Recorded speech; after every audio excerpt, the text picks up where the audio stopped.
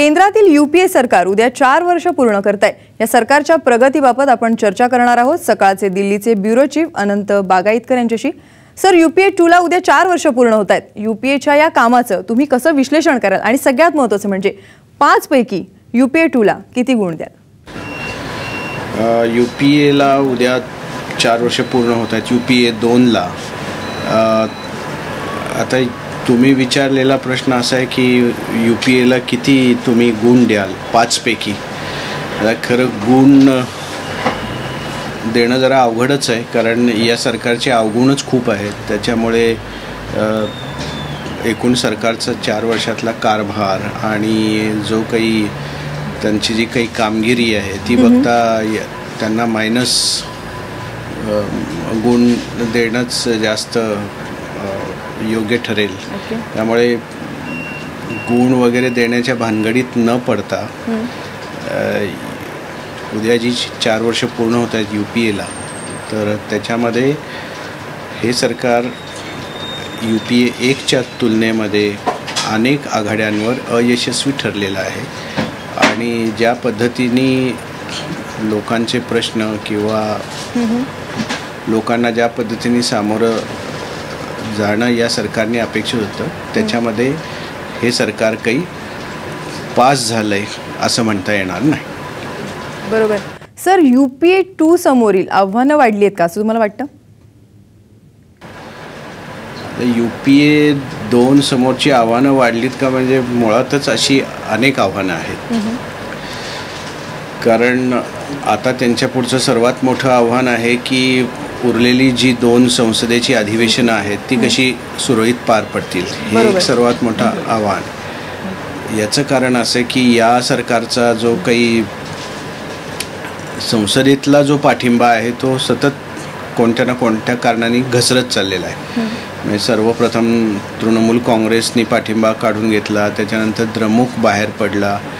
त्यामुळे हे सरकार आता सर्वस्वी समाजवादी पार्टी आणि बहुजन समाज पक्ष यांच्यावर पाठिंब्यावर अवलंबून आहे। आणि त्यामुळेच थोडासा जरी इकडे तिकडे असा बहुमताचा काटा इकडे तिकडे सरकला तर हे सरकार संसदेच्या पटलावर पडूही शकतं, एखादा अपघात होऊ शकतो या सरकारला। त्यामुळे सर्वात मोठं आव्हान या सरकारपुढे जे आहे किंवा यूपीए 2 पुढे आहे ते म्हणजे उरलेला जो काही कालावधी आहे 10 महिन्याचा तो कसाबसा पूर्ण करणं।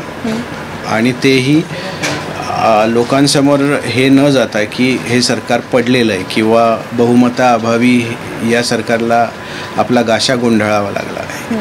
तर पहिली कसोटी, पहिलं आव्हान हे आहे। दुसरं आव्हान सर, कोळसा घोटाळा, 2G घोटाळा आणि आताच बन्सल यांचं प्रकरण, यामुळे यूपीए 2 ची प्रतिमा डागाळली आहे का? आणि सगळ्यात महत्त्वाचं म्हणजे सरकारने आपली विश्वासार्हता गमावली आहे का?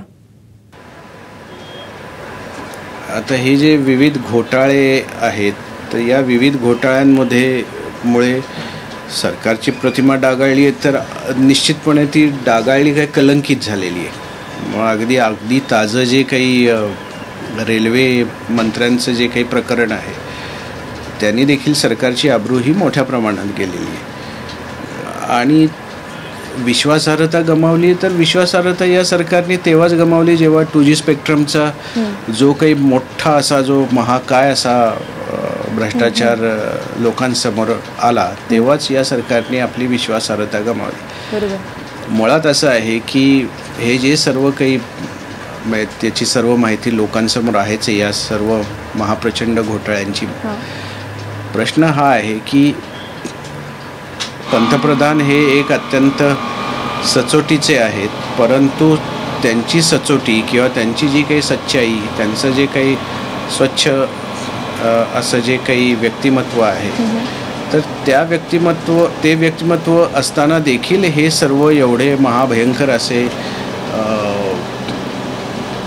ज्याला म्हणतात हे आर्थिक गैरव्यवहार झालेले आहेत। त्यामुळे कुठेतरी त्यांच्याबद्दल जो काही एक विश्वास, जी काही खात्री लोकांच्या मनात होती त्यालाही कुठेतरी फार मोठा तडा गेलेला आहे। किंबहुना त्यांच्या लोकांच्या मनात असलेली प्रतिमा ही दुभंगली आहे असं म्हटलं तरी वावगं ठरणार नाही। तर त्यामुळे या सरकारने विश्वासार्हता तर गमावलेली आहेच आहे, निश्चितच. पण प्रतिमासुद्धा डागाळलेली आहेच आहे.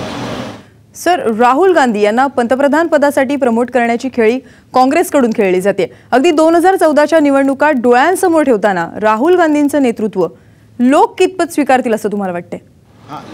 जो प्रश्न जो आहे तुमचा की लोक स्वीकारतील की नाही, तर त्याचं उत्तर आपल्याला येणाऱ्या निवडणुका देतील.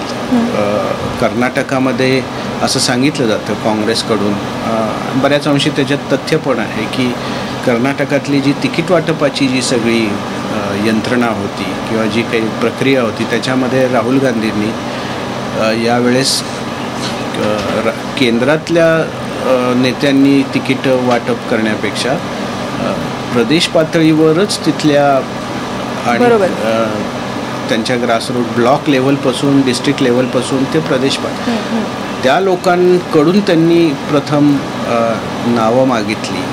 त्यांना कोणाला प्राधान्य द्यायचं हे गुप्तपणे तुम्ही कळवा असं सांगितलं होतं. आणि त्या पद्धतीने जे तिकीट वाटप झालं त्याच्यामध्ये नाराजीही राहिली नाही, लोकांनी कामही केलं आणि त्याच्यात काँग्रेसला यशही मिळालं. त्यामुळे निश्चितच सर, धन्यवाद तुम्ही दिलेल्या सर्व माहितीबद्दल.